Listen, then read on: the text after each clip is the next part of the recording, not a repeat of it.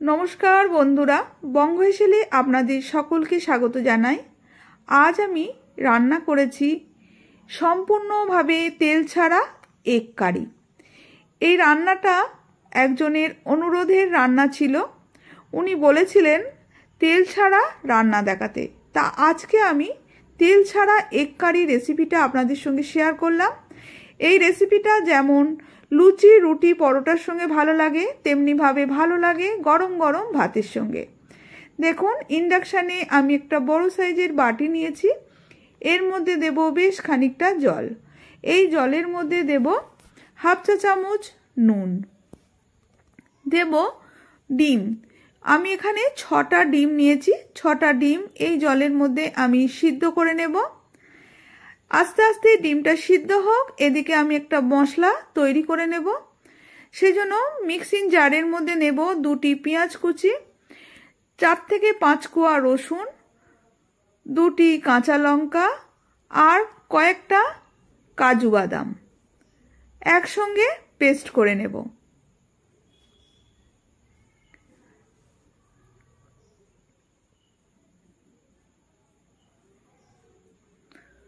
মশলাটা দেখুন পেস্ট হয়ে গেছে।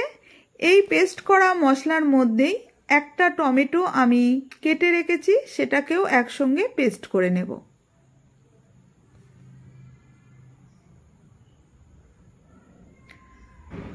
দেখুন মশলাটা পেস্ট করা হয়ে গেছে। এবার আমি রান্নায় আসব। দেখুন ডিমগুলো কিন্তু সিদ্ধ করা হয়ে গেছে, ডিমের খোসাটা ছাড়িয়ে নিয়েছি। এবার একটা কাঁটা চামচ দিয়ে ডিমের গাগুলো অল্প অল্প ছিদ্র করে নিচ্ছি, এতে করে কি ডিমের মধ্যে মশলাটা ভালোভাবে ঢুকে যাবে। সেজন্য প্রত্যেকটা ডিমের গায়ে এরকম অল্প অল্প করে ছিদ্র করে নিচ্ছি। ডিমগুলো সাইডে সরিয়ে রেখে এবার ওভেনের ওপরে একটা ননস্টিক কড়া বসিয়ে রেখেছি। এই কড়ায় রান্না করতে সুবিধা হবে, কারণ সম্পূর্ণভাবে এটা তেল ছাড়া রান্না হচ্ছে, সেজন্য ননস্টিক কড়াতেই ভালো হবে রান্নাটা। কড়ার মধ্যে আমি হালকা কড়াটা গরম হয়ে গেলে এর মধ্যে দিলাম শাহজিরে আর দিলাম 2টি তেজপাতা আর একটা শুকনো লঙ্কা ফোড়ন দিয়ে আমি ভালো করে শুকনো খোলায় নেড়ে নেব। দিলাম ছোট এলাচ দালচিনি লবঙ্গ, শুকনো খোলায় ভালো করে ভেজে নেব।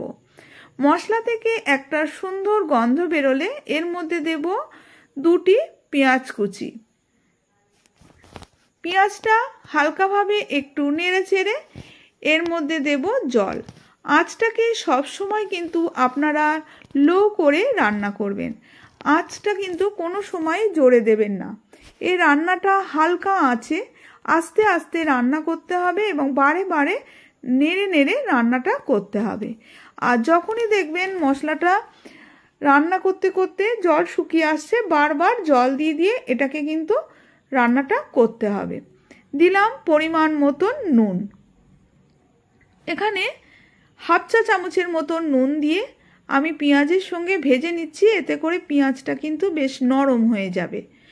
আর যখনই দেখবেন যে শুকিয়ে আসছে তখনই অল্প অল্প জল দিয়ে দিয়ে পেঁয়াজটাকে কিন্তু ভেজে নিতে হবে।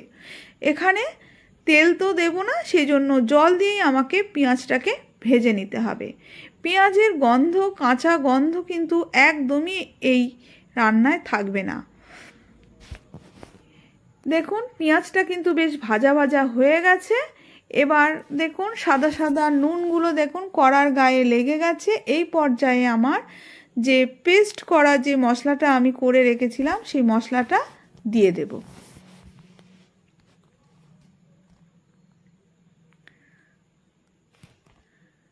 এবার পেস্ট করে রাখা সেই মশলাটা দিয়ে একসঙ্গে আমি ভালো করে কষিয়ে নেব। এবার পেঁয়াজের সঙ্গে আমি পেস্ট করা মশলাটা ভালো করে কষিয়ে নেব।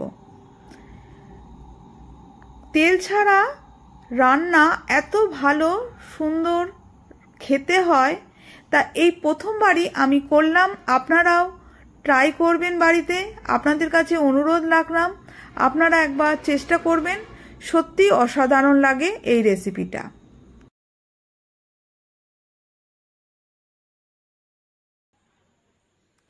হালকা আঁচে এই রান্নাটা কষিয়ে নিতে হবে। বেশ ভালো মতন কষানো হয়ে গেছে। এবার এর মধ্যে দেব 1 চা চামচ আদা বাটা, 1 চা চামচ সাজিরে গুঁড়ো। এবার সেই মশলার সঙ্গে আবারও এই আদা এবং সাজিরে একসঙ্গে কষে নেব। হালকা আঁচে এই মশলাটা খুব ভালো করে কষিয়ে নিতে হবে।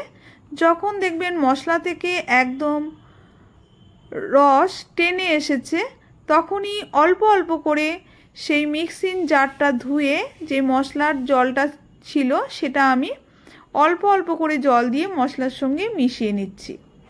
এতে করে মশলাটা ভালো মতন জলের সঙ্গে মিশে যাবে এবং মশলাটা আরও ভালো কষানো হবে।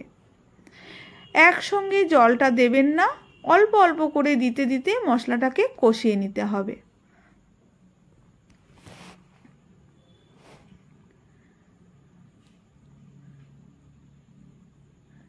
দেখুন মশলায় কিন্তু আমি একদমই হলুদ দিইনি বা কাশ্মীরি লঙ্কার গুঁড়োও কিন্তু দেইনি। কি সুন্দর কালার এসেছে একটু দেখুন। এই পর্যায়ে আমি দিলাম 50 গ্রামের মতন টক দই। আমি ফেটিয়ে নিয়েছিলাম। টক দইটা ফ্রিজ থেকে বের করেই রান্নার মধ্যে দেবেন না। রুম টেম্পারেচারে রাখা টক দই আপনারা ইউজ করবেন। দেখুন দইটা দিয়েও আমি মশলার সঙ্গে ভালো করে মিশিয়ে নিয়েছি। এবার আমি দেব চিনি। চিনিটা আমি ছোট চামচের 3 চামচ দিলাম। এটা চায়ের চামচের 1 চামচের মতন চিনি হবে। সেই চায়ের চামচের 1 চামচের মতন চিনি আমি দিলাম। যেহেতু টক দই পড়েছে চিনি আপনাকে দিতেই হবে, সেজন্য দিয়ে চিনিটাকে ভালো করে মিশিয়ে নিলাম। এবার সিদ্ধ করা ডিমগুলোকে গ্রেভির ওপরে বসিয়ে দেব।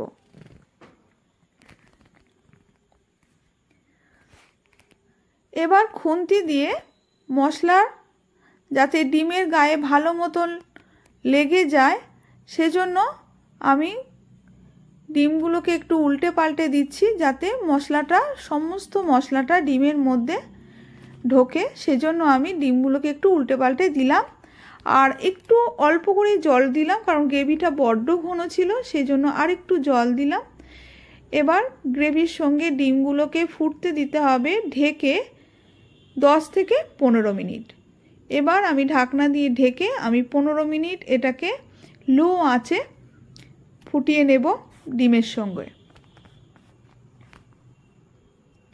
15 মিনিট বাদে ফিরে এসে দেখে নেব কতদূর রান্নাটা এগিয়েছে।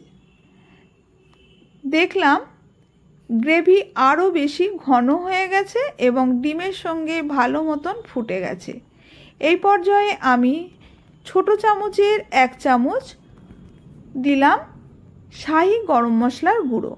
শাহি গরম মশলার গুঁড়োটা দিয়েও আমি আবারও ভালো করে নেড়ে চেড়ে নেব।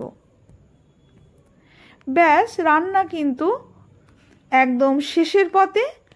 আমি এবার পরিবেশন করব গরম গরম লুচি, পরোটা, রুটি কিংবা গরম গরম ভাতের সঙ্গে।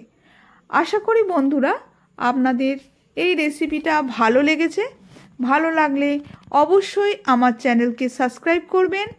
ফেসবুক থেকে যারা দেখছেন তারা আমার চ্যানেলটাকে ফলো করে নেবেন আর প্রচুর প্রচুর বন্ধুদের সঙ্গে শেয়ার করবেন। ভালো লাগলে অবশ্যই একটা লাইক করবেন। আজ এই পর্যন্তই। দেখা হবে আবার কোনো নতুন রেসিপি নিয়ে। ধন্যবাদ।